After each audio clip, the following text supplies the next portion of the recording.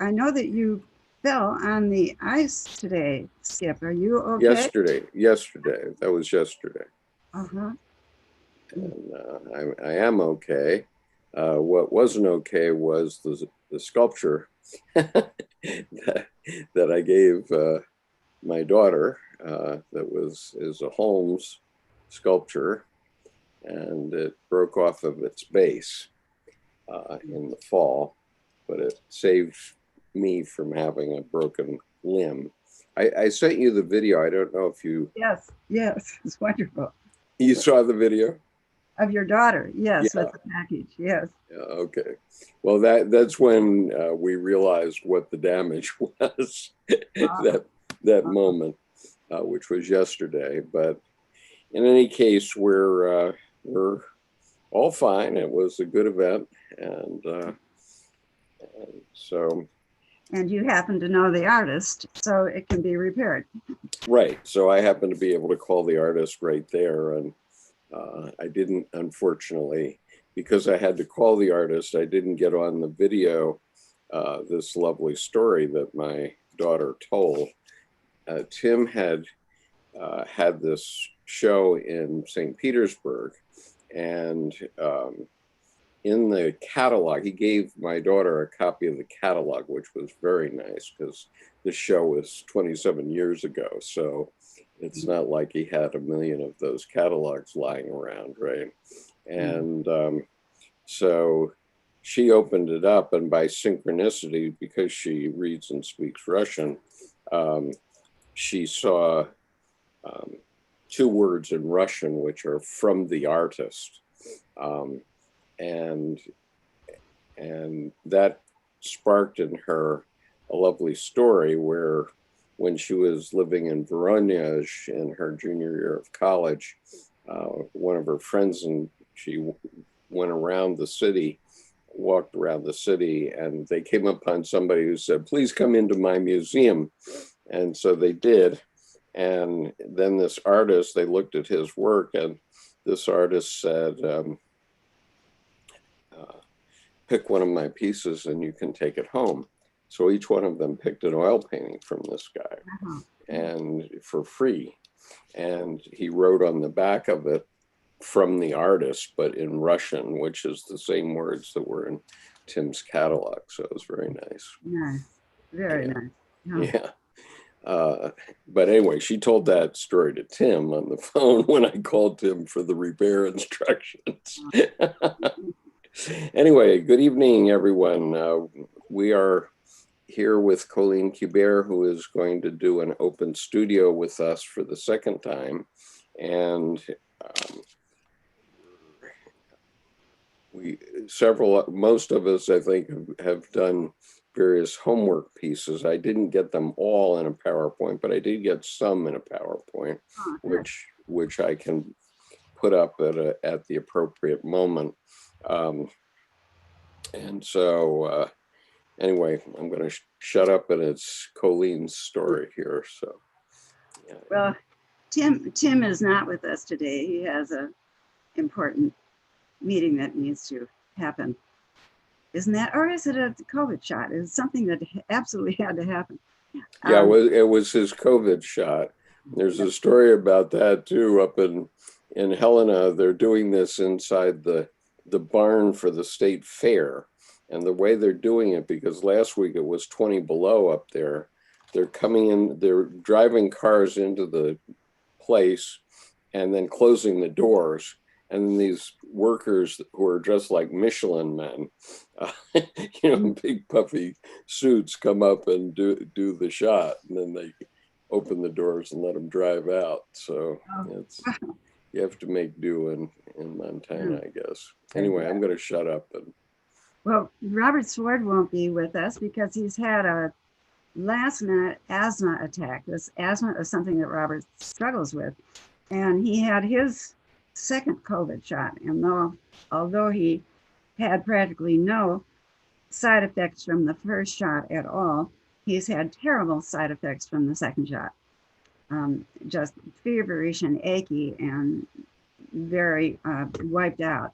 And which type is he getting? Moderna, is it? I believe it's a Moderna. Yeah, and I think that's what we've all been getting in this area. Yeah, that's what I'm getting on Saturday. So. Yeah, I'm getting it tomorrow, actually, the second shot, which I'm a little concerned about because of they say that the second shot, you're more likely to have side effects. And Robert is now in emergency. Called his doctor, and so he's being taken care of, and I'm sure he'll be fine. But I'm sorry that he can't be with us right now. But here we are, us chickens, and that's good.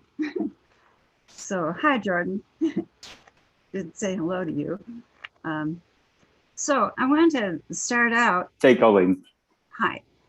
I want to start out with a warm up. When we met a couple of weeks ago, we selected a straight color and we drew a straight line.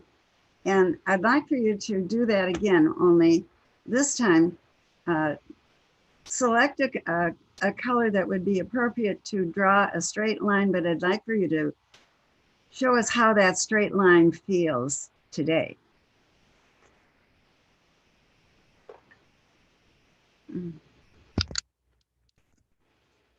Let's see if I can pin myself here.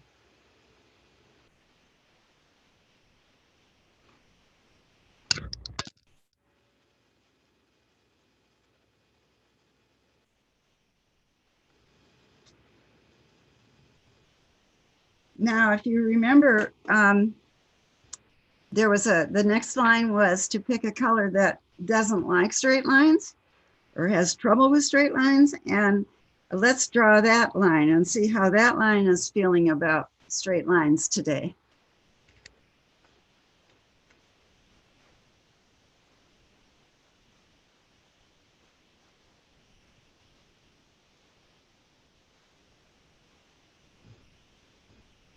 Okay, let's, would you show us your, let everybody hold up your, and just perhaps speak of the difference. I'm going to go to gallery here so I can see you all. There we go. Oh, wonderful. So there's I'd like to hear just a little bit about what difference you feel today about that straight line. Nancy, would you say? Well, I used my non-dominant hand, yeah, and the line went down. If I had used my right hand, the line would have gone up, and a line going down seemed like kind of a downer. Well, how did the next line feel about that? Kind of careful about approaching that line, kind of hesitant. Okay. Would somebody else, Leah or Karen or Dana, somebody else express? Jordan? Can you?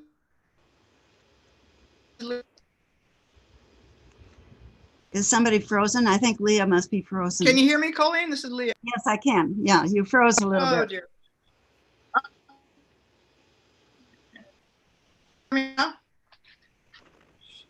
You're fading in and out, Leah. Okay, maybe go to somebody else. Sorry. Okay, Kathleen, how about you? Okay. Can you see? Yes, Okay, so my straight line felt like she needed friends. So she had she brought 2 friends in. And the pink came up to it and just kind of ricocheted away. But that's what I did. Okay. So, so anybody else have that experience of the second line kind of wanting to keep its distance? Okay. What was that about, Jordan? No. Can you see it? You see. Yeah. Yeah. Okay. First, can you hear me? Yes. Yeah, the first line went up, like I'm going up another hill.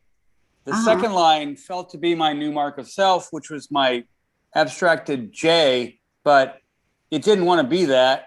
And the 3 went on the top. And then one big one went down below. But they did not want to cross the line. Yeah. Anybody else having some insights about the difference between your first line and second line?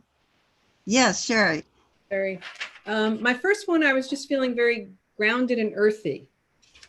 And it's actually in brown.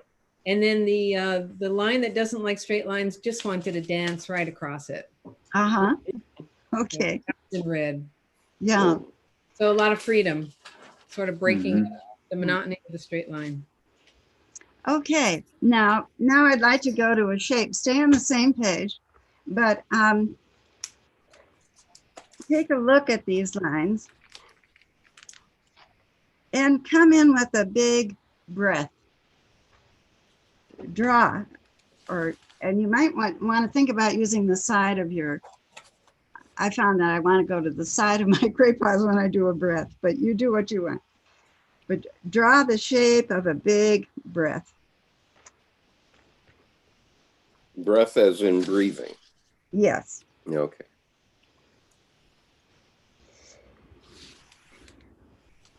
Right. And let's fill that shape in.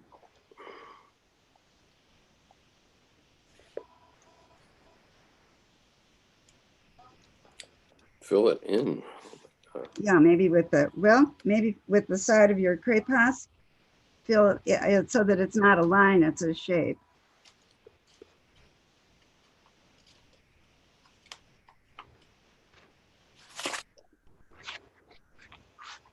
So can we see somebody's big shape of breath? Nancy? Yeah, let's see. What happened? What color is your breath to begin with?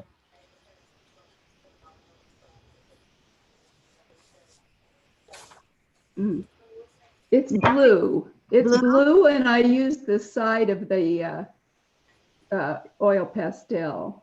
Okay. And it's breathing coming in from outside to the inside and then returning outside. So it's going in all directions. Okay. Is it touching the other lines? I can't see for sure. Yes, it's touching both lines. Okay. And the space between them. And how does that feel? Feels very free, very friendly. Okay, Burdell, did you have one that you were holding up? Yeah. What's happening here, Burdell? Well, it just intuitively went to orange, and it just felt like it took up the space of both the straight and the crooked. And it could have been bigger, could have been darker. It didn't have time to make it that way, but it felt like it wanted to be bigger and it wanted to be dark. Yeah, good. Any other comments about those? Well, then let's do another one. Let's draw where this breath is coming from.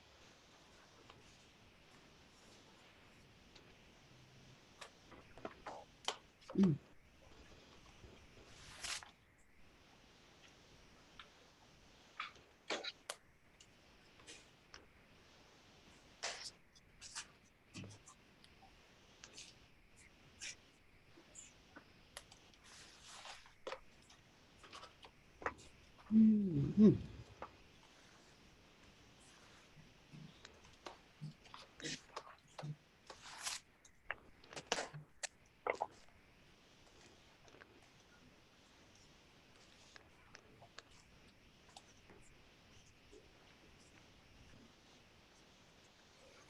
Any realizations going on?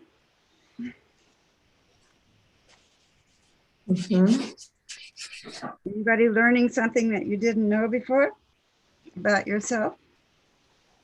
Mine's always coming from the third quadrant. In your large doodle from last time? No, from this time. And it's I've got my other doodle up, and the blue squiggly to a nothingness down below. was where it was coming from, with the cinnabar being the big breath. Okay. All right. Something I discovered is that when I filled in the color of my breath, which is the yellow, it moved the other two lines. It crossed over the other two lines and it moved them. It smooched them a little bit. And I liked that. It seemed like when I breathe, and I got in touch with the Jungian shape from where my breath comes from, or a yin yang, or a eternal shape of eternity. But that feeling of my breath eases things, moves things around when I breathe into it. Any other insights from doing these lines and shapes? Because we're going to go on then to a 15-minute doodle. My big breath filled quadrant 1, 2, and 3, emanating from 3, crossed over the line, went above, below, and then filled in one of the other pieces that the first one avoided. A lot of information comes, doesn't it? It does. Yeah. Anybody else have a comment about this to share? I drew a kind of a green triangle, and at the small end of the triangle is where the breath is coming out. And as I drew it and felt it, it was like something was breathing me. You know, the deep center within all of us was the source of life. Yeah. I could say something. Yes. My breath is the blue. Can you see it? Yes. There's the inhale, the smaller circle, and then the exhale comes and it embraces all the other. And then where it came from, I put the green in the corner as like embracing it. And as I did it, my diaphragm released and I went for a deeper breath, my next breath. So it gave me permission to go deeper in my breath. It was beautiful. Yeah. Anybody else experience that? A change in your body when you went to where it's coming from, or just doing the breath itself? Some greater force than me spilled about half of my 48 crayons on the floor. And so I'm busy trying to straighten them up. That's what happened. That's my story. I'm sticking to it. Well, that's the energy is moving. Creative process. Yeah. Sharon? Oh, I just said that was a big breath. Oh. To spill all those. Yeah. Yeah, a great wind. Yeah. Unmute, Sharon. Yeah. Oh, Sharon, I'm sorry. Yeah. My big breath was come stealthy. through as subtly as a wind. Okay, so what I said was that with the breath, part of the breath was a gift. And part of it was from body. So there seems to be an awareness of the breath coming from a place bigger than us. Right. Yeah. Or Definitely. something outside of ourselves. Maybe even bigger than that. Yeah. Oh, wonderful. What a wonderful thing for us to feel together, especially. All right, well, we're going to go to a fresh sheet. And I'm going to put on Keith Jarrett's The Cone Concert. And the reason why I like that is that Keith Jarrett starts out as an improvisation. He did this in about the early 60s, maybe 1964, that it was recorded. And he starts out with da da da da. It's like 1, 5, 4, 2, and that's the message. That's the message right there. And he repeats it. He pushes it a little bit, and then the whole thing is about 45 minutes. We're only going to do about 15 minutes. But if you take your time someday to listen to it, you'll hear how he starts with his statement and then he pushes it. And he tries it a few different ways. And then he pushes it even more. And he begins to not be sure whether he's still got a hold of it or not. In fact, it's almost as though he's lost it. It becomes very atonal and like he's keeping the beat, but can he find it again? You know, and then he does find it. Finally, at the end, he pulls it back in, but it's very honest. And I think it's a nice metaphor for the abstract expressionists. They start with their mark and then they push it, and they push it a little bit further, and sometimes they lose it, and sometimes they pull it back in. And that's when I think that we respond to their work, when we see that it's coming from that honest place within them, which is where we're coming from. Same place, compared to some painters who will like a de Kooning and do a good copy of it, but it's not coming from their place. So they don't become a de Kooning, or they don't become a Kandinsky, you know, or a Pollock.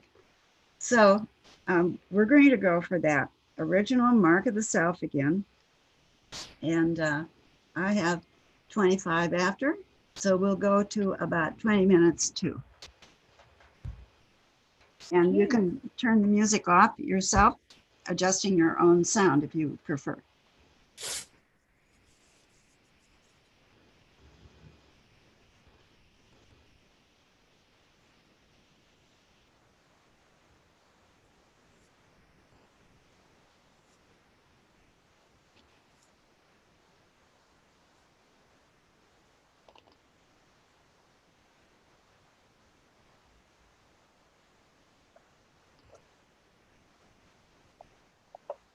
So, Coeleen, for the benefit of the YouTube audience, would you just give sort of a 1 minute summation about what we've been doing the last few minutes? Yes. So for the last 20 minutes, we've been drawing our personal doodle, our mark of the self. And prior to that, we did some warm-up exercises in which we drew straight lines and crooked lines and lines that have feelings about the day. And probably one of the lines that turned out to, or the shapes that turned out to be important to me, was the breath. And if any of you who are drawing want to pay attention to, where is the breath? Did you bring your breath into your drawing? And when you bring your breath into it, what happens?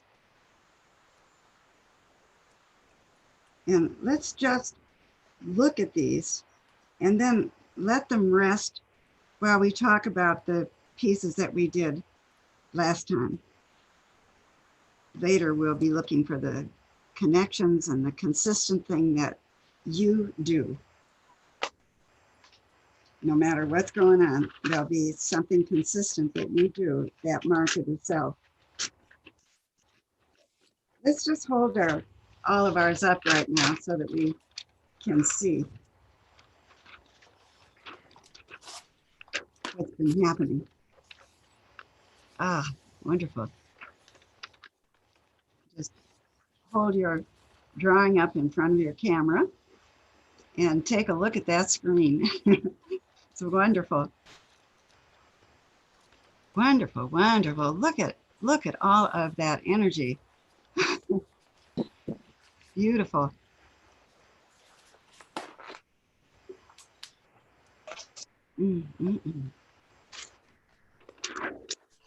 Let's just, before we leave this, just give it a title. You can write it down in the corner, the date, 2/23/21, and maybe a 1 or 2 word title.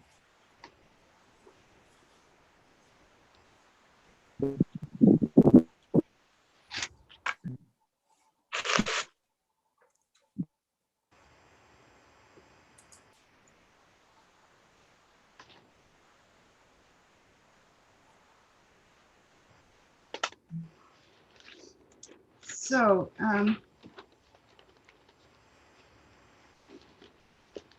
let's talk about the pieces that we did last time.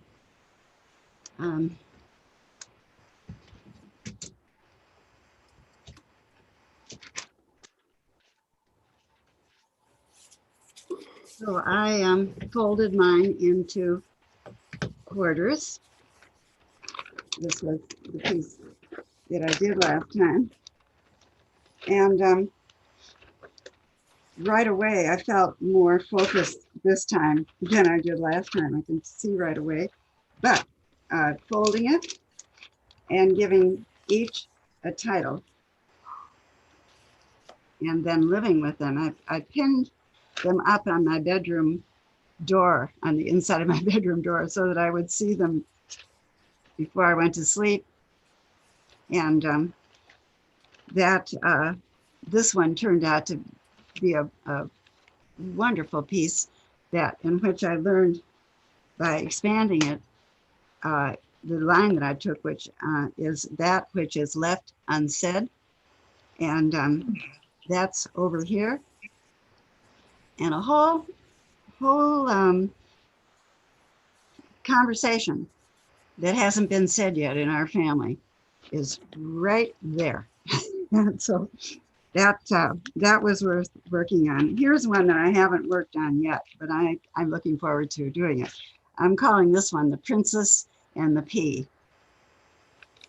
And that's the pea right there. So let's hear from the rest of you. What came up when you started writing and getting deeper into different parts? Coeleen, I wonder if I could first of all say hello to you from me and Joel. And hi. What came up for me? Well, first of all, it was very difficult for me. Somehow, it was hard to make the connection between words on a page and what I was looking at. So it was a stab at trying to understand how to express what I saw. But I did come up with something, and I thought it was kind of fun after I got started. So things really changed after getting involved. So this is the quadrant or part of the piece. You want to hold this here? Oh, yeah. Okay. Yeah. Okay, so it says here, when you come right down to it, there's a sword tip shooting up. It has a point. What is the point? It's above the gold where stories are told to young and old. The point is blue, slicing through the upward space as yet unknown, not yet written. We will find what we need to know in the daily ebb and flow, the need to be and the need to grow. Oh. That's what came up, and it was interesting. What was interesting about it? What information? Well, what was so present that this thing was, I kept turning it and I could just see this sword, and I don't know what the point of the sword is. I mean, it was a half of a kind of a pun, but not a pun, because you know, I don't know. I just don't know. There is a flow, and I'm in the know of the flow, I guess. I mean, I'm curious about how you view blue when we were doing our drawings earlier. Excuse me, say it again. I'm sorry, I misunderstood. How did you use blue when we were drawing our lines and shapes? Did you use? I did. In the previous one that we were doing? Yeah. Yes, I did. I used it more as kind of a darkened outline color. And this way it's kind of right in the center of everything, you know? And when we did the lines and the shapes, the first thing, did you use any blue then? Just a little, and a kind of a spiralish kind of thing, just very little. More blue has come up. Because that seems to be the issue now. Is you said it's blue, the point is blue. And so I would go after that in your expanded doodle. Do you have blue in your, well, that's in that doodle. Do you have blue in the new drawing that you just did today? Very little, Uh-huh. very little. I don't know why to say that, but there were other colors but blue that kept showing up. Yeah. Mm. Okay. Well, Well, I'll definitely explore the blue point, find out what that's about, Coeleen. yeah. Do you have another one, Louise, that you did?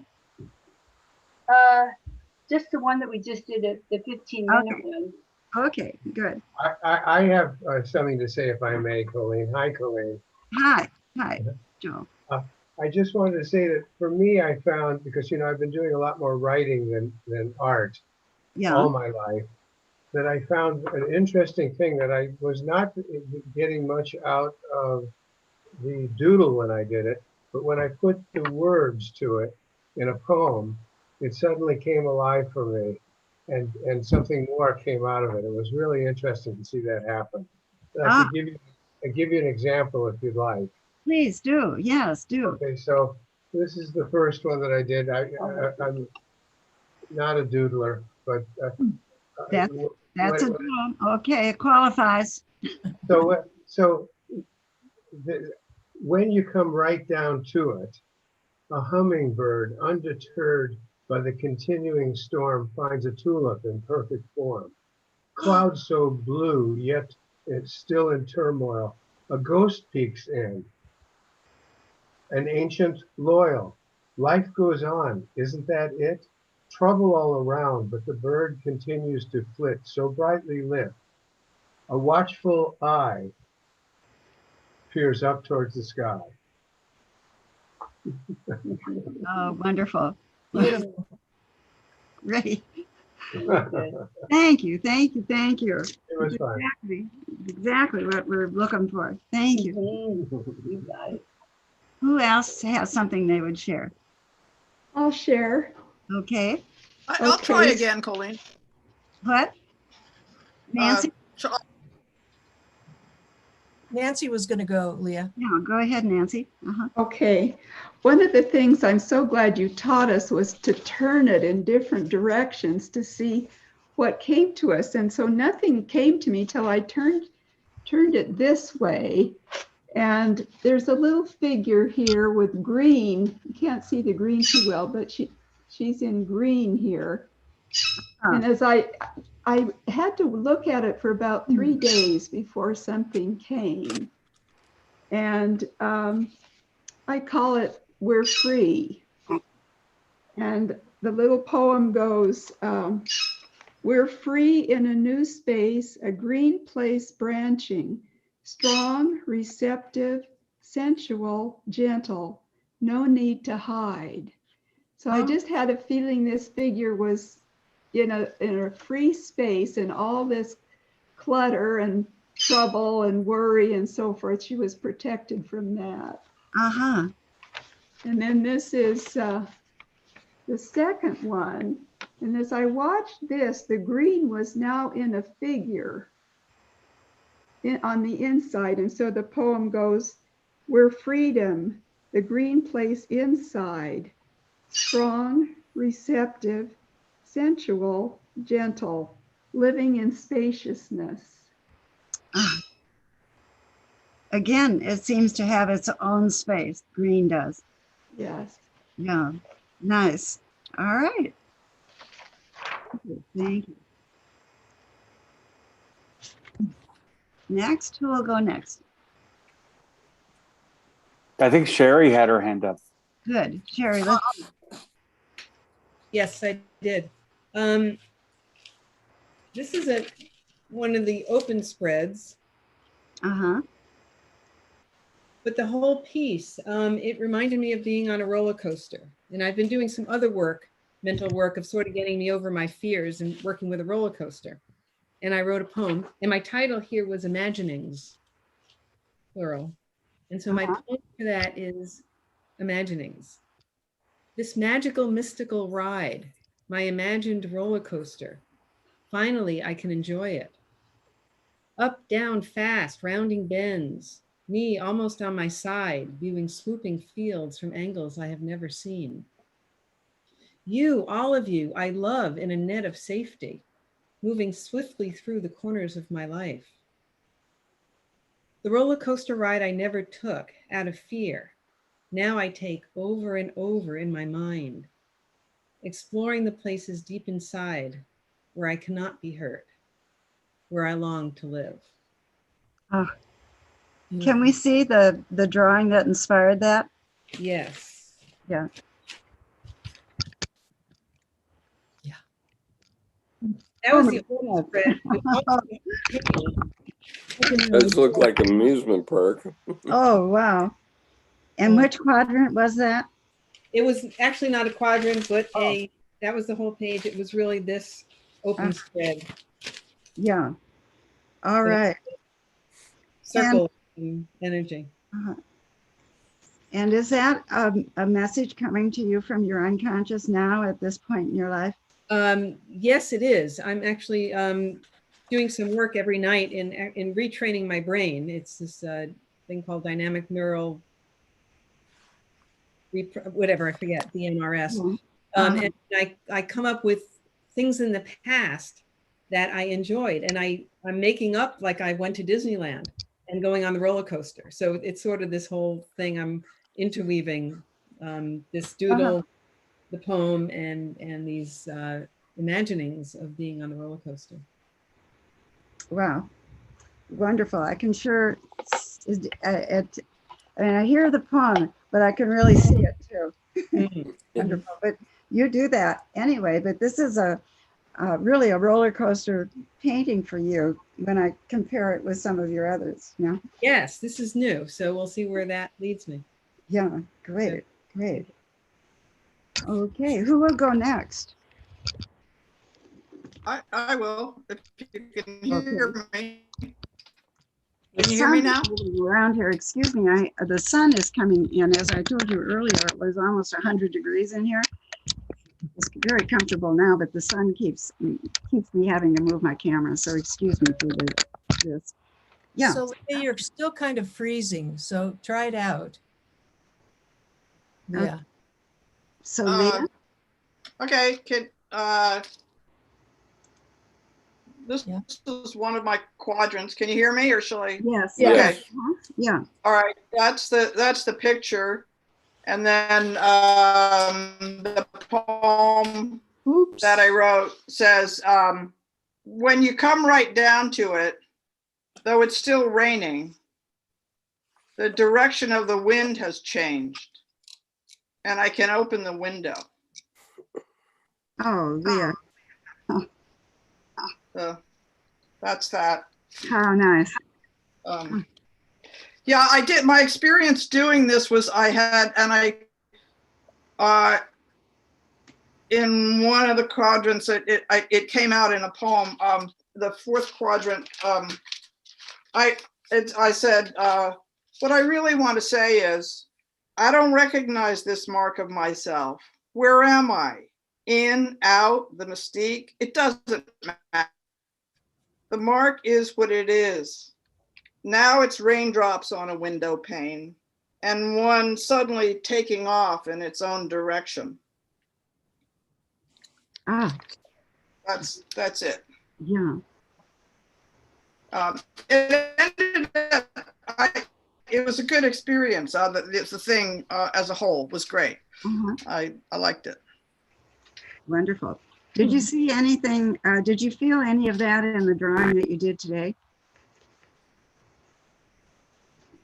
I felt that the drawing was a progression of what I did last time, kind of. I felt more comfortable doing it. Yeah, I'm looking forward to doing the quadrants again. Yeah. And actually,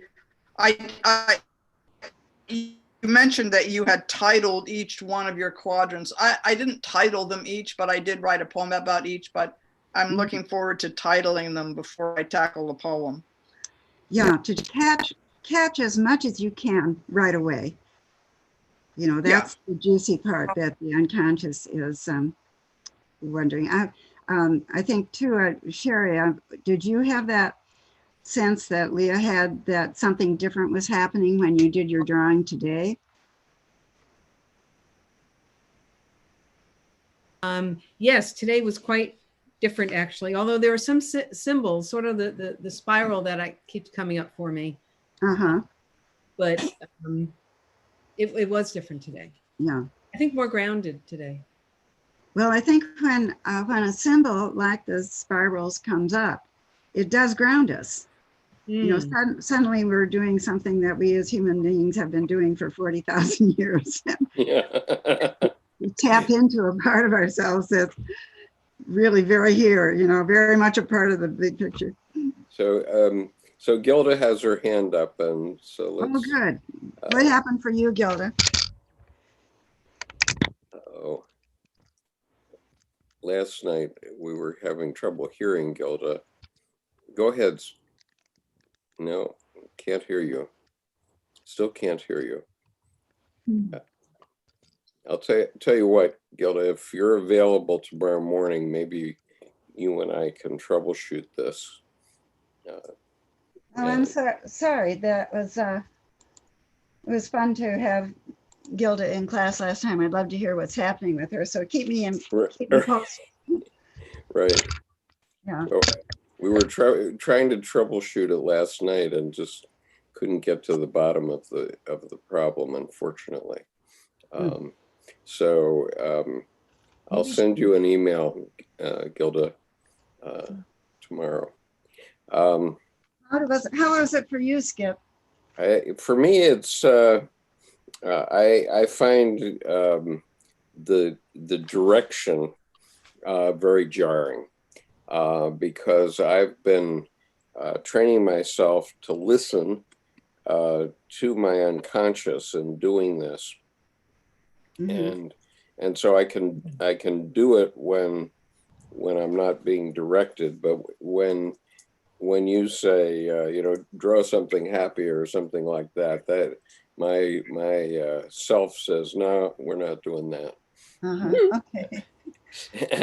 Well, I'm glad you can do that.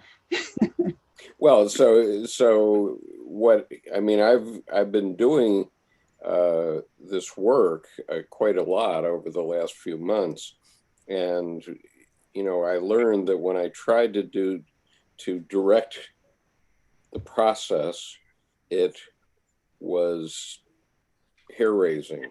But when I let myself tell me what to do next, that worked. Good. Okay. And so rather than push it in and direct myself, I'm trying to listen. And one of the things that's happening for me here is that I'm having sort of a doodle going on in terms of the whole process of the event, in terms of generating interest from others on YouTube and that sort of thing. So we've been checking in on where people are from, and we have a gentleman from Denmark, from Copenhagen, listening, one of our regulars, and another person from Mud Hut, U.S. From where? Well, I guess that's his handle, is Mud Hut. So he's from he's not from Mud Hut, U.S. He's from U.S. But so anyway, so that's I have a lot of different varying things going on as we're doing this. So. Okay, well, who else would like to? I could go, Coeleen. Yeah, please. Go. Mine's a little lighter and a little fun.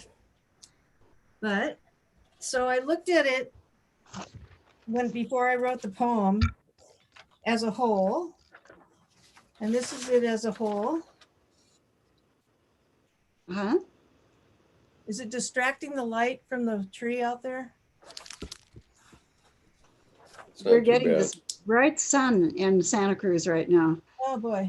We're getting the top two quadrants and just half of the bottom two. How about that? Okay, so we're getting two halves, right? Yep. And now Okay. I'm going to fold it and I'm going to read you the poem Okay. while I show you each quadrant. Okay. Okay, so can you see that? Yes. What I liked Up a best, little. Just up a little. Yeah. Good. what I liked best was how you entered my studio, all colorful and a buzz. There was the kiss, not 1 ounce of energies to be missed.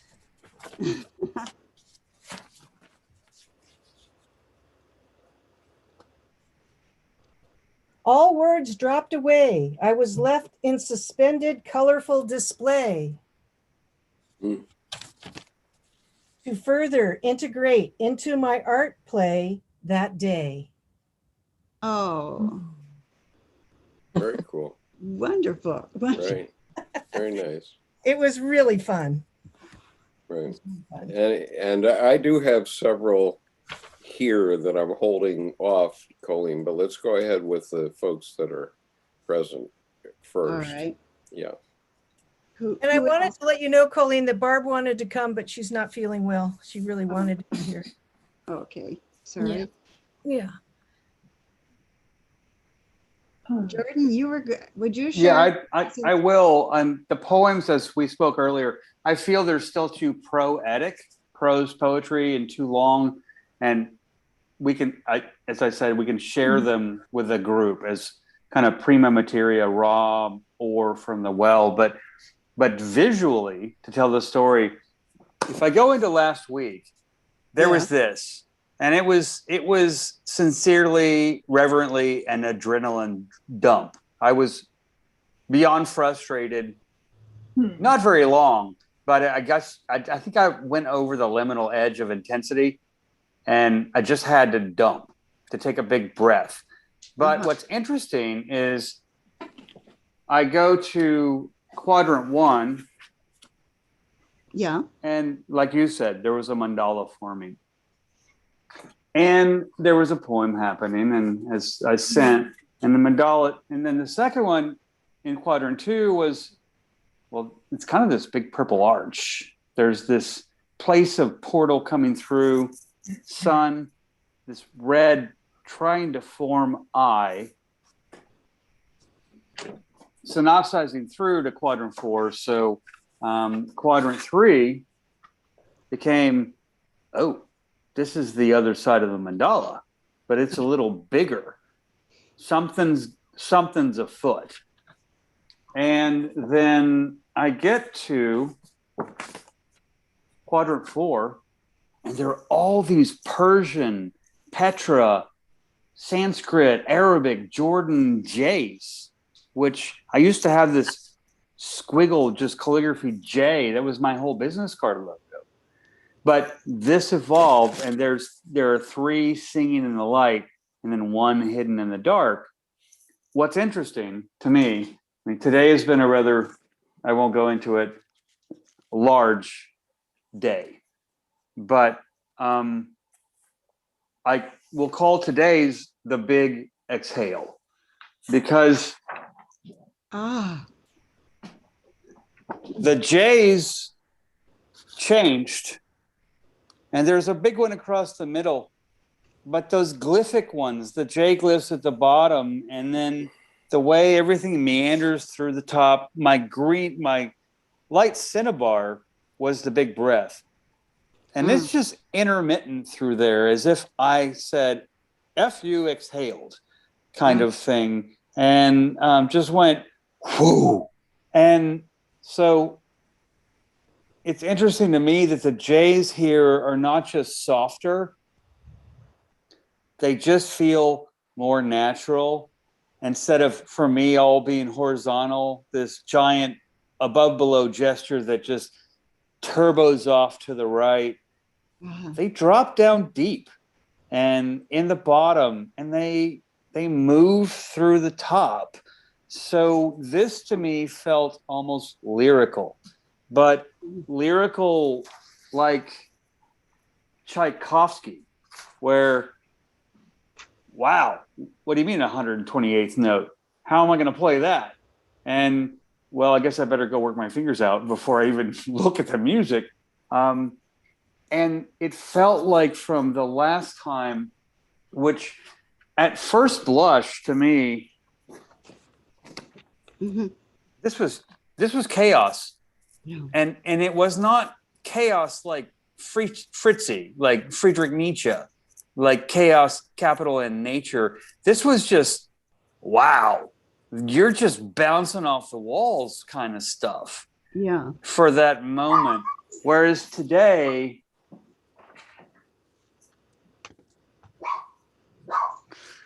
simply had that Bindu breath, that long form master violinist. It sounds like they never move, and it's one long note. And that softness, especially, I call it the big exhale, especially because of today. And especially because events that occurred early afternoon today.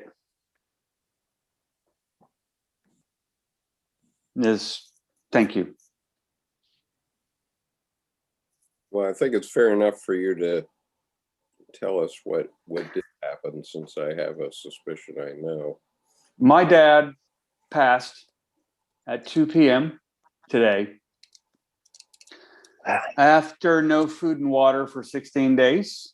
So stubborn is a word, warrior is a word, not going to give up is a word. He was a marathoner, did 100-mile bike races until he was 77 every summer in the hotter than hell 100, over 100 degrees in Texas. Taught me courage by thought, word, and deed, example, and also nothingness. You just knew, and there was an example.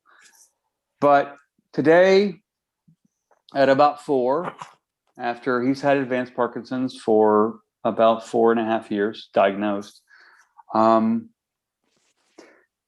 holding my stepmother's hand, and I have to say, like a Viking, he had been breathing so shallow for 2 weeks. She said he took the deepest breath she's ever seen him take. And then his shoulders rose on top of it, and he exhaled, and he was gone. Beautiful. And as we spoke, I said, I wonder if he was a little bit miffed that we didn't hear the joke on his breath, like any good Viking. And she was there. The staff said, well, we need to go ahead and go because we're going to do all these technical things, the body bag and this. And she said, I think you're a little more, I think you think I'm a little more fragile than I am. I may be blonde and left-handed, but we're the only ones in our right mind. I'm staying. And so to me, this today is ode to Dad, big exhale. Mm-hmm. And thank you, Skip, for me being able to eulogize, because honestly, last week, the chatter of this, I mean, it didn't have anything to do with him. This was personal.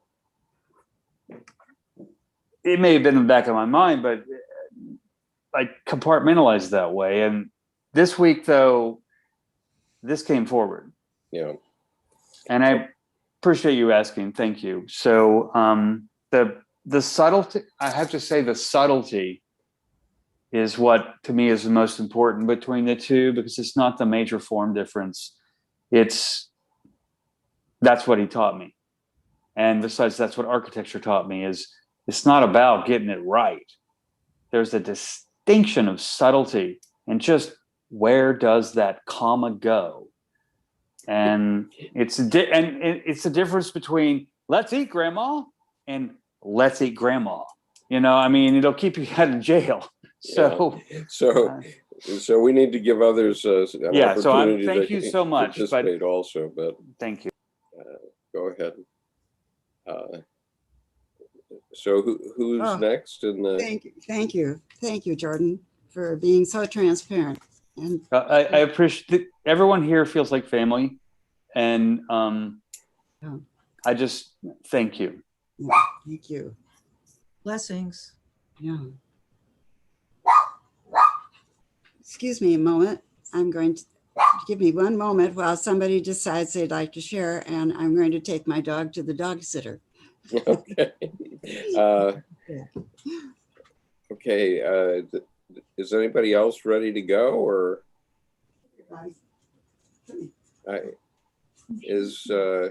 This is Marilyn. I would like to go. Okay, Marilyn, go ahead. I think I'm just blown away, Jordan, by what you shared. And what I did last week, I think it's like the other side of the coin. I gave it a name that's called Start of Life. And I thought it was very appropriate. This is Start of Life.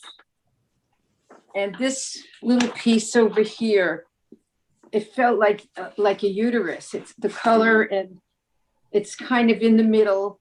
And it just felt like that to me. And I don't know where that came from. And I couldn't make any sense out of any of it, but just that part, that's the name that just came spontaneously. But I want to show you, when I looked at it today, what I see is a tulip. And it's just, I didn't notice it before, but today I just noticed it. And so a flower for you, Jordan, a flower for your family. And my heart is with you. I know we all feel that way.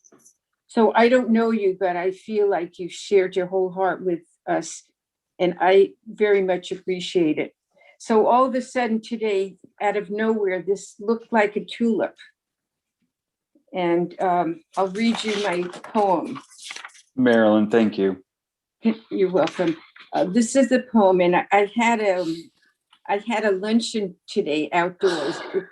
So the day was bright and sunny, and no one brought a flask, but we all enjoyed our picnic, and each one wore a mask. And I thought, from the flower, that's how it felt. And he loved tulips. In fact, other than the calla lily, he said, "Calla lily is my favorite. A tulip will do." So thank you. Okay, others. I have a couple on a PowerPoint, but let's get everybody that's in the room that hasn't sent me anything first.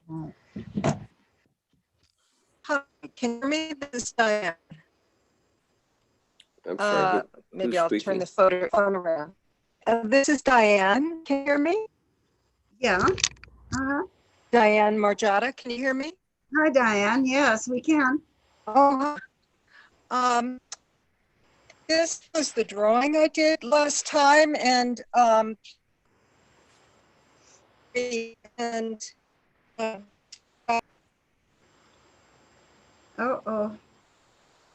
We're dealing with freezing problems. Yeah, she got quite attenuated there, and then she may have lost her connection. I was not seeing her in the group, so. Okay. I was searching, trying to find her behind my camera here. Okay. Is there it? Here's. Well, I have Barbara Shatton, and I have Giovanna Morelli. Hi, that's me. Okay. I'm not Dana. Oh, you're not Dana. Okay, so Giovanna, I have you teed up here, so let me share my screen, and let's see. Oh, is that what I sent you? Yes. Yeah, I have it ready to go. Just let me get it started here.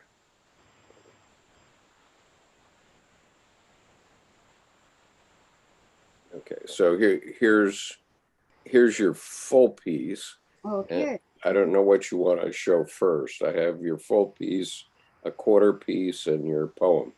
Good. Okay. Well, that's the full piece. And here's the fourth quarter. That's the one that I shared the poem with. I followed the prompts. So I took one prompt for each quadrant. Okay. And this was a lot. This was, I guess, number 4. Right. And so here's. Do you want me to read it? No. Well, you can read it, but let me. I actually typed it out, so that'll be easier for people to read. Except I didn't know what this word was here, so if you tell me what the word is, I'll fix it. Wait. The fourth line down. So get beyond it. Beyond the self-expression. Self-expression. I'm not sure what that word is. Yeah. Okay. Maybe silly. Silly. Okay, silly. Okay. All right. If you don't know, I don't know. Okay. All right. So you want to read that? Do you want me to read it? Yeah, sure. Sure. So, okay. So that's number 4. And the prompt was, there are things that are more important beyond the fiddle. So get beyond it, beyond the silly expression that creates its own bubble, beyond the bubble and into the fray.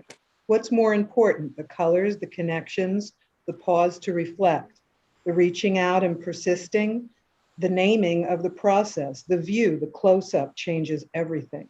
What's more important is going beyond the fiddle of contrast and compare and the critical nature of my thought, and simply keep my hand moving. Sometimes consciously, sometimes not. Connect with the smooth curves and sharp edges. Look at the unperturbed flow, but not any more closely than I look at the bumps and the holes, but not only less closely, because underneath it all, there is the untethered, unperturbed, uninterrupted flow. Nice. Wonderful. Beautiful. Oh, good. What did that lead to? What was the next one? Well, that was the 4th one. And I can show you the 3rd one, which I think leads to that 4th one.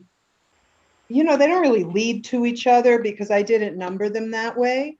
But can you see this? I can only. But there's this part of you that's, okay. Well, no, yeah, they're not seeing it very well right now because I'm sharing my screen. Oh, okay. Okay, so let me stop sharing my screen and go ahead. So this is the other quadrant. And, right, and this is actually where the thing started, where the piece started, but it somehow got numbered as number 3. And the prompt that I used was poetry, I too dislike it, right? Remember, he gave us these prompts, so I followed them. I mean, don't get me wrong, I adore poetry, but I just wanted to go with it. Poetry, I too dislike it for its attempts to bring order to chaos, and this chaos chooses to persist. This whirlwind of marks made by motions unmoved, ungrounded, without thoughts, unthought, creating motions unmoved by intention. And there we have it, chaotic, cacophonous, and covered in an attempt at creating harmony and structure and something more appealing to the eye. Poetry, I too dislike it for its refusal to see the top layer as the only layer, choosing instead to stare at the chaos and say, this also matters. So what I did here was I was so unhappy with what happened and I tried to do something on top of it. And so that's what that means. Of course, it never works, but that's always. That was the attempt. I know, that's what I learned. Yeah. It's going to be there anyway. I like that this also matters. Yeah. Yeah. Yeah. The rebellion in there. Definitely some seeds about to go. Yeah. Yeah. And Gilda, did Gilda get back on again, or?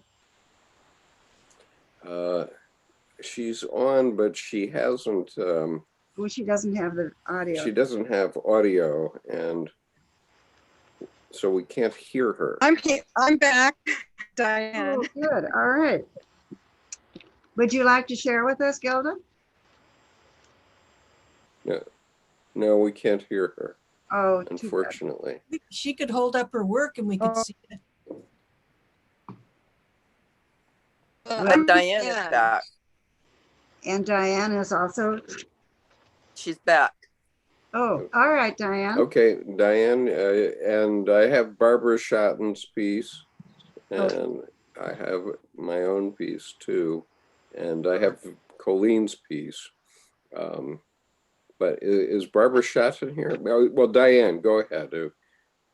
I still don't see you on my screen, but go ahead. Okay, what I see hopefully is my drawings, my two drawings, the one that I did today, and then the one that I did last time that has kind of this purple crescent moon. And shall I read the poem that goes with it? I guess so. Diane, have you activated your, there, okay, now we can see your poem, or your drawing. Go ahead. Okay. Poem on the corner of a colored sketch. My gate is open. Yes, enter this shelter by the sea, under a pink sky becoming dim. The palms sway from their heights, threatening to explode as fireworks at dusk. In the distant roofs peak like pyramids, as we are low and small in the sand, yet warm and golden on the crusty cliffs by the waves. We toast the elegant sliver of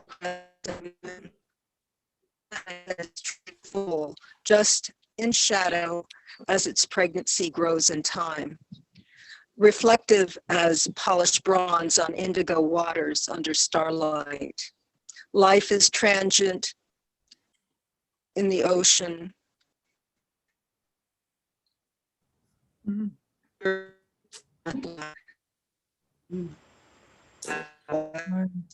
Our connection with you, Diane, is not good, I'm sorry to say.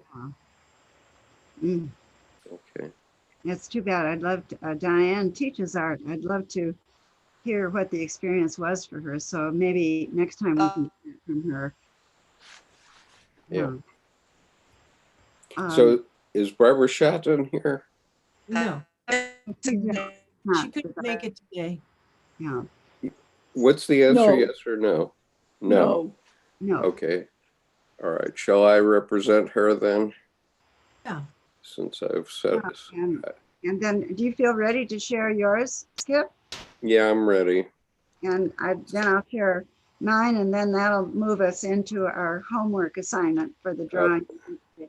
Right. Okay. So here's, this is going to be Barbara Schotten, and she did a poem with it. And so this is one quadrant, first quadrant, I guess, in her piece. And then this is her poem, Mark of the Self poem. What I really want to say, the lines carefully contained with color, circles, squiggles, squares, straight and intersecting. What I really want to say is time to go outside the lines. Nice. Yeah. Provocative. Yeah. Right. Now, in my case, this is my whole thing. When I did it 2 weeks ago, I saw this man in it, and this man is both looking out of the mirror and looking to the left, right? So here's his eye looking outward, or he's looking straight at you. And this is like a mirror. That's how I saw it. And I didn't understand this big red X, but this is going to explain it to you. And so I have a bit of a métier in haiku. So haiku is 3 lines with 17 syllables and a surprise. So I've set up the 4 quadrants so that you get the first 2 lines and then you get the surprise. So this is Mirror Man. What I really want to say is the feminine rising has elbows. And Tim and I were noting that the elbows were things like frigid cold in Texas last week, among other things. And so then the second quarter, it's time to bring this out before we're eaten by the unexpected. And I didn't know what I was doing here, but while I was doing this, I found out. Okay, so Mirror Man, 3rd quarter. When you come right down to it, the pioneers have chests full of arrows. So I also wanted to mention, so there's 4 haiku here, and then I just created a format which is a 4 haiku together with both a surprise at the end and a surprise for the whole group. So here's 4th quarter, Mirror Man. There are things more important right now. Beyond the fiddle is Cancer. And so that was my big surprise today. I got my biopsy back and learned that I have to deal with some cancer in my prostate. Oh, yeah. And so, oh dear. So then I go back to this, and I had put this red X through the Mirror Man 2 weeks ago. And I just wonder, you know, it's not very concerning. My father had the same thing at roughly my age, and the doctor asked how long he wanted to live, and he said 30 years. And the doctor said, well, you won't die from prostate cancer. And he took care of it, and I intend to take care of it. And so it's a speed bump. But anyway, I don't expect to die of prostate cancer. But anyway, that's the way it goes. And a lot of sharp elbows. Pardon? A lot of sharp elbows. Right. Yeah. Right. And arrows. Right. So anyway, I could go through it once more so that you could see the whole thing, which is what I really want to say is the feminine rising has elbows. It's time to bring this out before we're eaten by the unexpected. When you come right down to it, the pioneers have chests full of arrows, and there are things more important right now. Beyond the fiddle is cancer. So anyway, your turn, Coeleen. Well, Skip, I just wanted to, would you read the second one to me again, please? Yeah. It's time to bring this out before we're eaten by the unexpected. Yeah. So I think I'm just wondering what this out would look like in your next drawing, your next doodle. It's time to bring this out. Well, I don't know yet, because I'm very comfortable with this Pollock style. And what I saw in this was a creature eating here, and too much orange, which doesn't have good connotations for me these days. And I didn't remember I used orange even. And this is maybe a blissful me, not sailing along with my eye and my smile here. and with this coming from behind. So, you know, I expect that this will develop, but I'm not necessarily thinking that this work for me will end up with a pictorial work of art per se. Mm-hmm. It's revealing things, and I'm actually much more comfortable in poetry, and I normally try to do villanelles, but I just didn't have time to do villanelles, so that's why I did haiku, which was just a shorthand effort. Because 4 villanelles would have taken me half the day or the day. Well, just thinking of the wisdom that comes from our engaging with our unconscious this way and hearing the prescription for yourself. It's time to bring this out before. Yeah. And actually, I think I wrote this right before the phone call came in this morning. Believe it or not. Yeah. And I didn't. Well, I just wonder at the intelligence always of our unconscious, and looking at this, and but you could elaborate here, right? You could. Oh yeah, I mean that's what I'm saying. That here I saw like a fishy creature swimming in on me, and here I am blissful, and I was seeing this orange as Trump somehow. Although I don't know how Trump can affect me these days. He's got a pile of his own problems. So, This looks like it's pretty close to home. Pardon? Yours looks like it's pretty close to home. Yeah. Yeah. So I don't know what all that means, and I've been doing daily, or not daily, but every 2 to 3 days I've been doing a doodle. And so I can, let's see, I actually have what I did.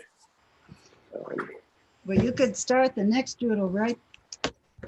Yeah, I mean, here's the last one in my book. I'll share that just for a moment here. All right, so this is the last one I did. And I'm calling this Mother Nature, and for the moment I've been leaving the light on in the center of the mandala. Good. So Good. Mother Nature forcing down, right, and the chaos forcing itself up in this image, which was the dream image, the dream symbol that I saw a couple of weeks back, a few weeks ago. And then, so this is the center that gets heated up, and it gets hotter and hotter until the end. And in the end, I'll leave the light on. That's the idea. But that's what I did yesterday. So it's been meaningful to me because I'm picking things out of it. I'm not expecting it to be any great art. You know, it's certainly not a Kiebert or a Holmes or anything like that. It's for you, just for you. But I do think that this is a useful exercise for people, especially if you use it to listen to yourself. And so anyway, I had your image here. Oh, okay, good. Let me pull that back up here. Coeleen? Yes? Is there a light that you can turn on? We can't really see you. Yeah, I'll try another one. I should turned on a couple of little ones, but they're not helping enough. Let's see if this is good. Just having a problem figuring out what I'm doing. Okay, there we go. Okay, so now you're seeing it, and here's Coeleen's. This was all I could find, Coeleen. I'm not sure I got. Well, that's the quarter I've worked with. So this was when you get right down to it. And I think this is obviously one of the quarters. And what turns out to be interesting is these sharp points coming into the circular areas. And then this, which is coming down on the right. So I'm going to show you the big one here. If you'll just pin me, Skip, that'll. Oh, okay, wait a minute. Let me get this other off the screen. Okay, go ahead, show us now.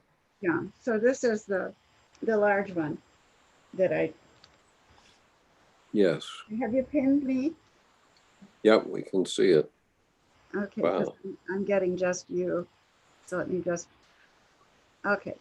So, so this was the first one. And then when I folded it into quarters, I got,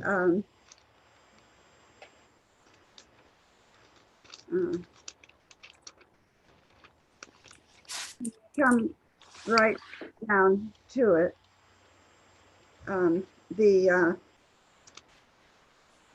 Every time I feel your touch. And that at the time I did it, I was thinking of my son who has died and my husband who has died. And that I feel their touch when I think of them. And then this one is the sunset, a warm, balmy sunset. The water stays cold anyway, but the sun is hot and warm. And then these others, as I mentioned before, the Princess and the Pea, which I still want to work on, but this one, that which is left unsaid. Both of these have led to some understanding. When I did the, when you get right down to it, every time I feel your touch, I wanted to understand this part of it better, like what's going on there. And when I did, and what I'm going to suggest you do is elaborate on these now to draw a bigger one. And I wanted to know, what is that? What is that feeling every time I feel your touch? And so by elaborating on it, I came up with this, your touch. And I realized that it's the, it's like the Holy Ghost, the touch. When I let it, when I give more attention to the touch itself. And that's, so this is a separate big one you're showing us now. yeah, that I did this off of here. I did this one, and then when I elaborated on it, which is what I'm suggesting you all do, is elaborate on one or two of your quadrants.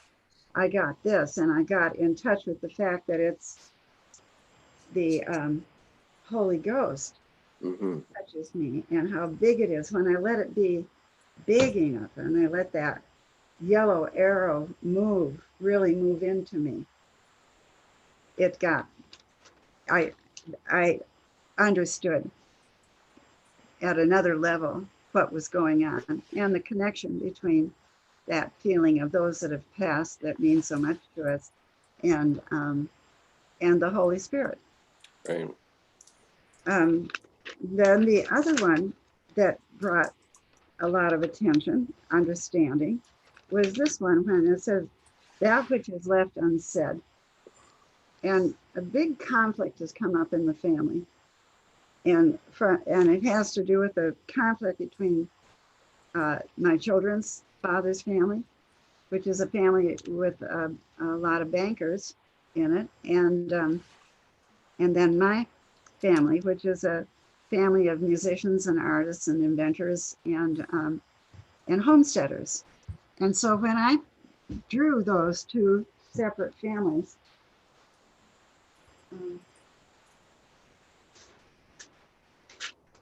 this is what I came up with.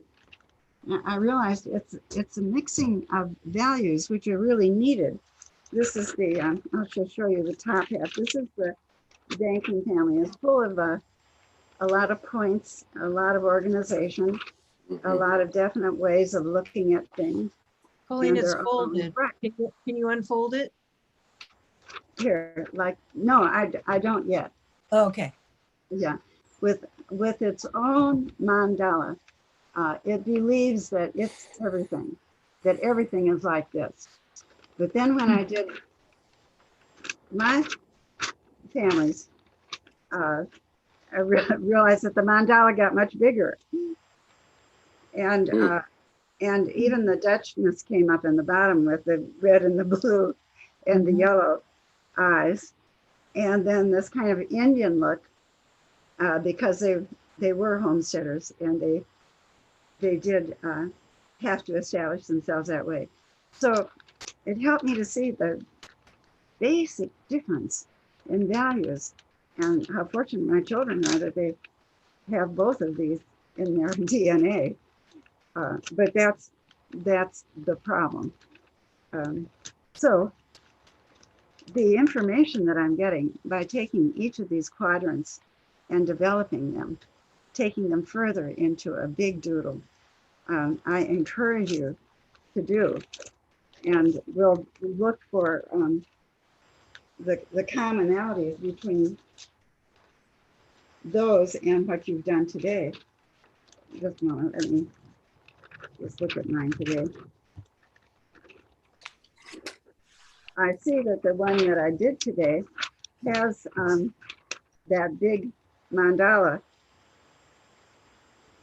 Maybe I think this is more, it's not very integrated yet. I think that I have some work to do in terms of integrating the other family into this yet. But what I did, that I'd urge you all to try doing, I thought, there's a way when we do a doodle, if you have a significant other living with you, I urge you to try to get them to do a doodle and then you copy their doodle. This is like walking in someone else's shoes. There's just so much to be gotten by copying someone else's doodles. And those of you that have been in my workshops know that we actively go after that, looking for somebody whose doodle is very different than ours. And what do we learn by copying someone else's doodles? So I thought, I wonder what I can learn about Carl Jung if I copy his doodles. So I looked through the books that I have of Carl Jung's that might have his drawings in it. And of course, the Red Book Hours turned out to be just great. It's just loaded with little clips of smaller pieces that Jung did. And I wanted to try to get, how does he make things look so transparent? How does he go about that? And then I also found drawings of his in this book, The Art of Jung, which is especially good because it has his drawings, his early drawings, before he did his first mandala. And these are really pencil drawings, as you can see. And so I chose one, and I thought, well, what might I learn from copying one of these? And I see how much he uses the center. He starts with the center, but he didn't always start with mandalas at first. He didn't know it. He didn't know that he was doing mandalas at first. And I chose one to copy, and to copy it verbatim. You have to copy verbatim or else you won't learn what you have to try to copy. So I tried to copy this one. And I'll show you my attempt.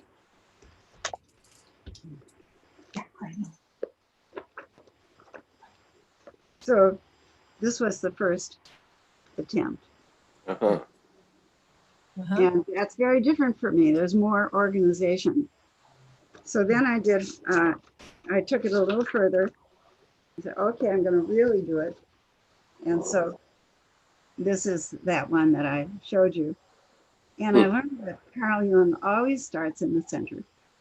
He always starts with this little floral mandala that is not necessarily straight up and down, but it's diagonal. And then he draws a line around the mark, and then he draws another line around the mark, and then he ends up going to almost a square line around it. And then he does the mandala lines sticking out, and he ties them at the end. And then I had to do all of these. Can you imagine? I have an undeveloped sensor. And so this really evoked my sensor to have to copy him like this. I realize how he's probably right down the middle on sensor and intuitive. And he draws these lines, and his lines always go off the page. That's an amazing thing. I think that he's talking about the universe. His lines always go off the page, and they come up through the unconscious, and they come up into the conscious a little bit, but not all the way. So I learned a lot about him at that time. These were done very early, 1898 to begin with. But I wanted to urge you to look for an artist that you admire and see what happens when you copy them. Another example of doing that was when Hilma af Klint was being shown at the Guggenheim in New York. And I was so thrilled that I went to New York just to see that show at the Guggenheim. But in order to prepare myself for going to that show, I wanted to get the most out of her work as I could when I saw it. And I started copying her drawings. And then I copied this drawing. And because I'm a sculptor, I took this drawing into these sculptures over here. Let's see. I bring them out into the light, you can see. Can you see that? Yes, yeah. Yeah. Right. So it helped me. Could use more light, Coeleen. Yeah, it would be, let's see, maybe this is better. No, this is worse. Maybe here we go. Maybe this is better now. Yeah.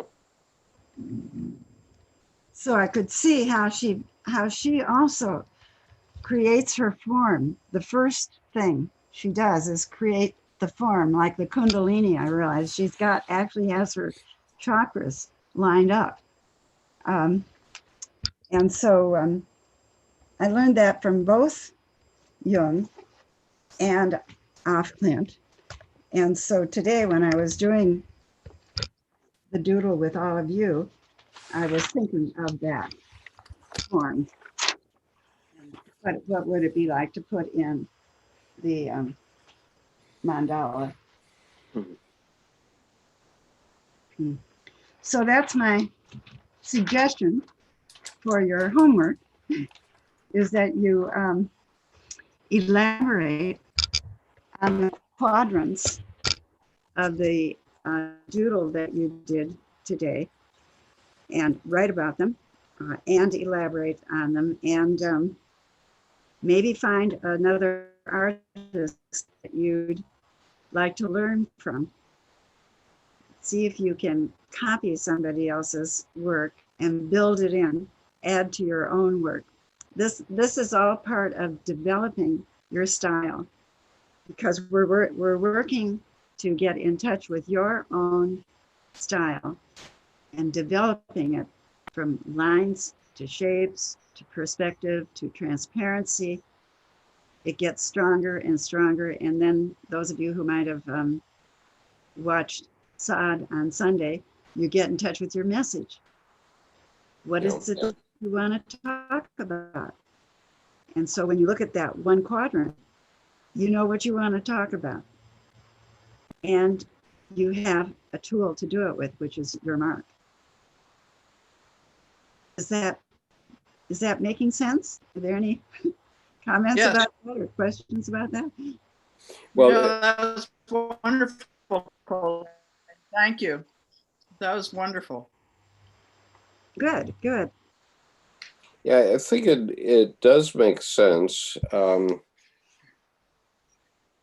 except not necessarily for me. And I want to explain why a little bit, because the artist that has drawn me the last 25 years is Jackson Pollock.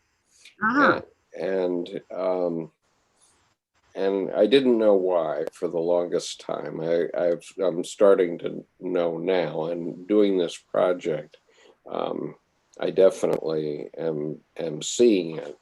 And the sense of it, from my point of view, is that I'm very often talking about chaos in the classes that I teach about Jungian psychology, and for me, these doodles sort of represent the chaos, and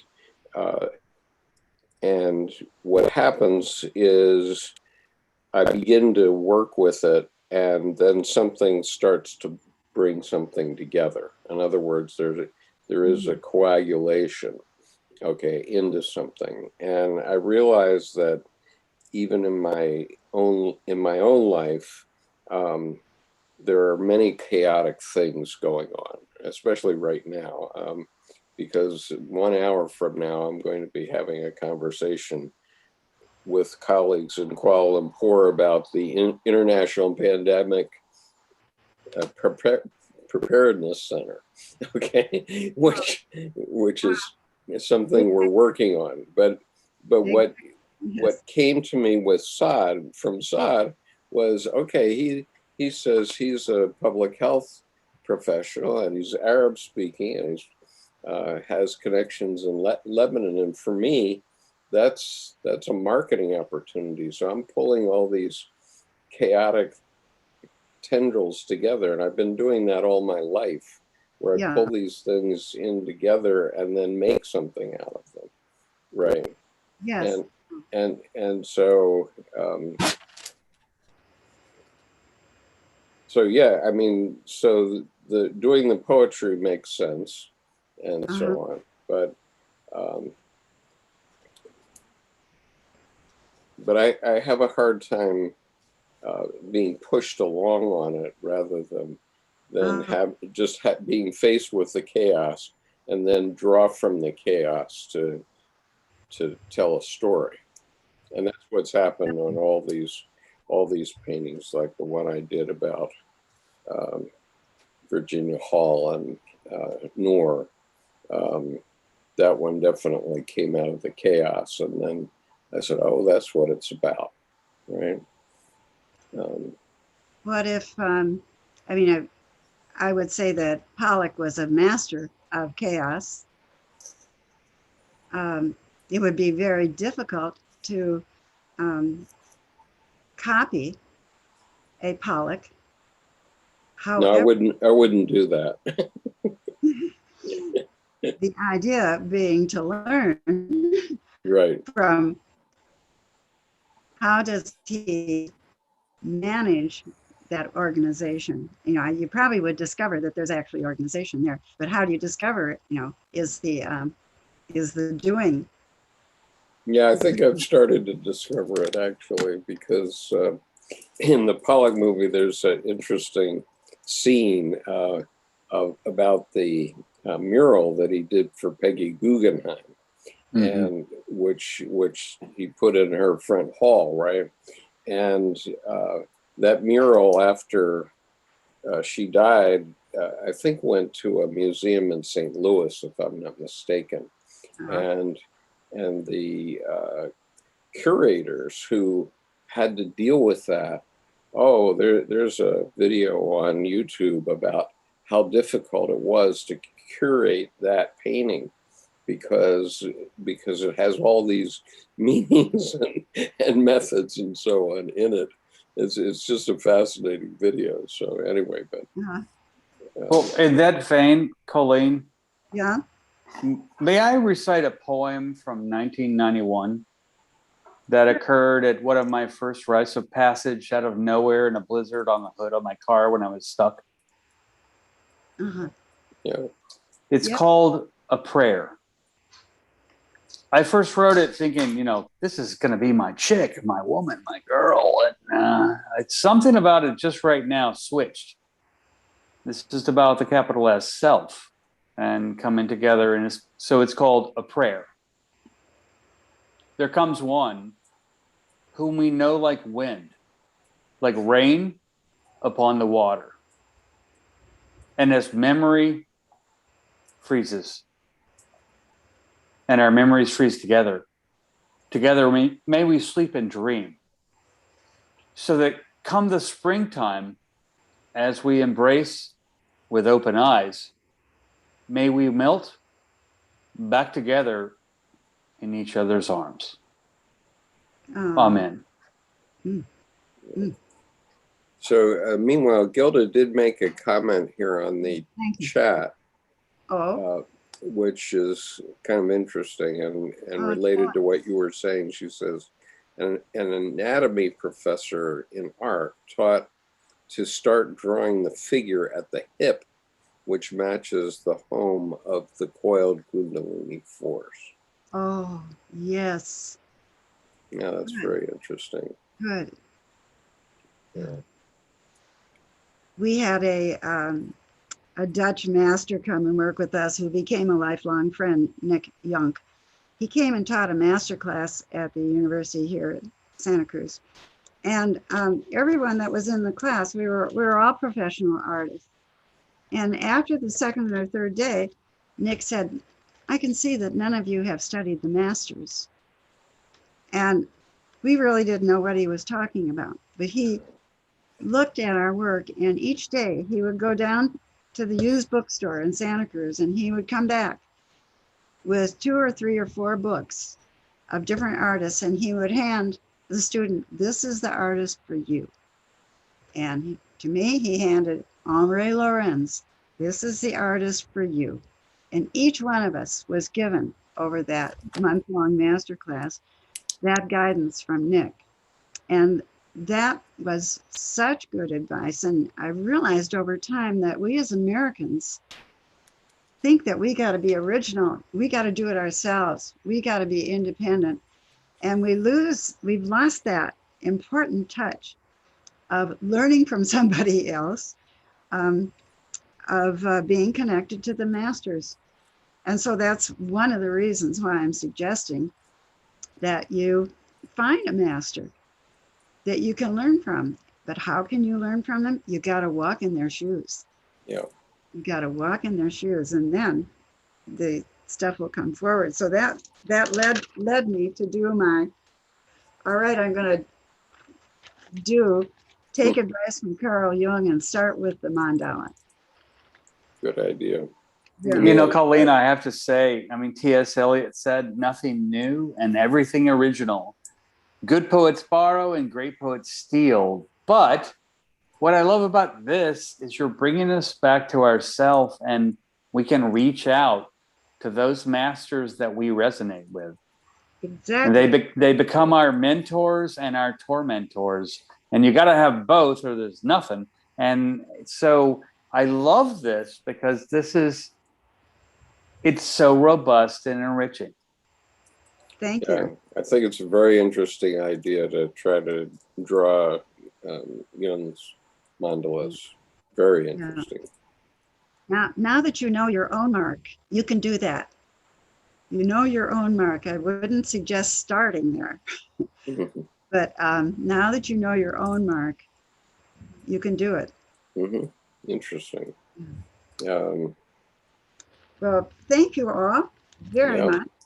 I look forward to seeing you all on March 9th, another in-studio class. So let's say again what the homework assignment is. To take the doodle drawing that you did today and do the same thing, fold it into quarters, and give each quarter at least a title, and then take it into 4 larger drawings, one of each quarter. Okay. And when you have the title of each of those quadrants, you're going to know what you have to talk about in your art. Terrific. And if you come up with a master besides it, you discover that there's somebody that you want to learn from and you want to show us. If you happen to have those images of Jung around, I think we would be really be interesting to see what we can do by walking in the shoes that Carl Jung walked in that way. Yeah. Yeah. Very interesting. Yeah. Very interesting. Whole different approach to Carl Yeah. Jung. Absolutely. I thought that was fascinating what you taught us today about him. Uh-huh. Really good. All right. So everybody, thank you so much for being here. Yeah. And Thanks. Start in the center Thank or you. not and work whatever way you go. Yeah. I love it. And this Thank is you, Coeleen. Yeah. Thank you so much, Coeleen. This is Thank you. Thanks, Coeleen. and, I'll be writing you. Yeah. Okay. and Thank this you is so much. For your patience. It was great. Thank you. I miss this you. is like Cirque du Soleil of creativity. Yes. absolutely.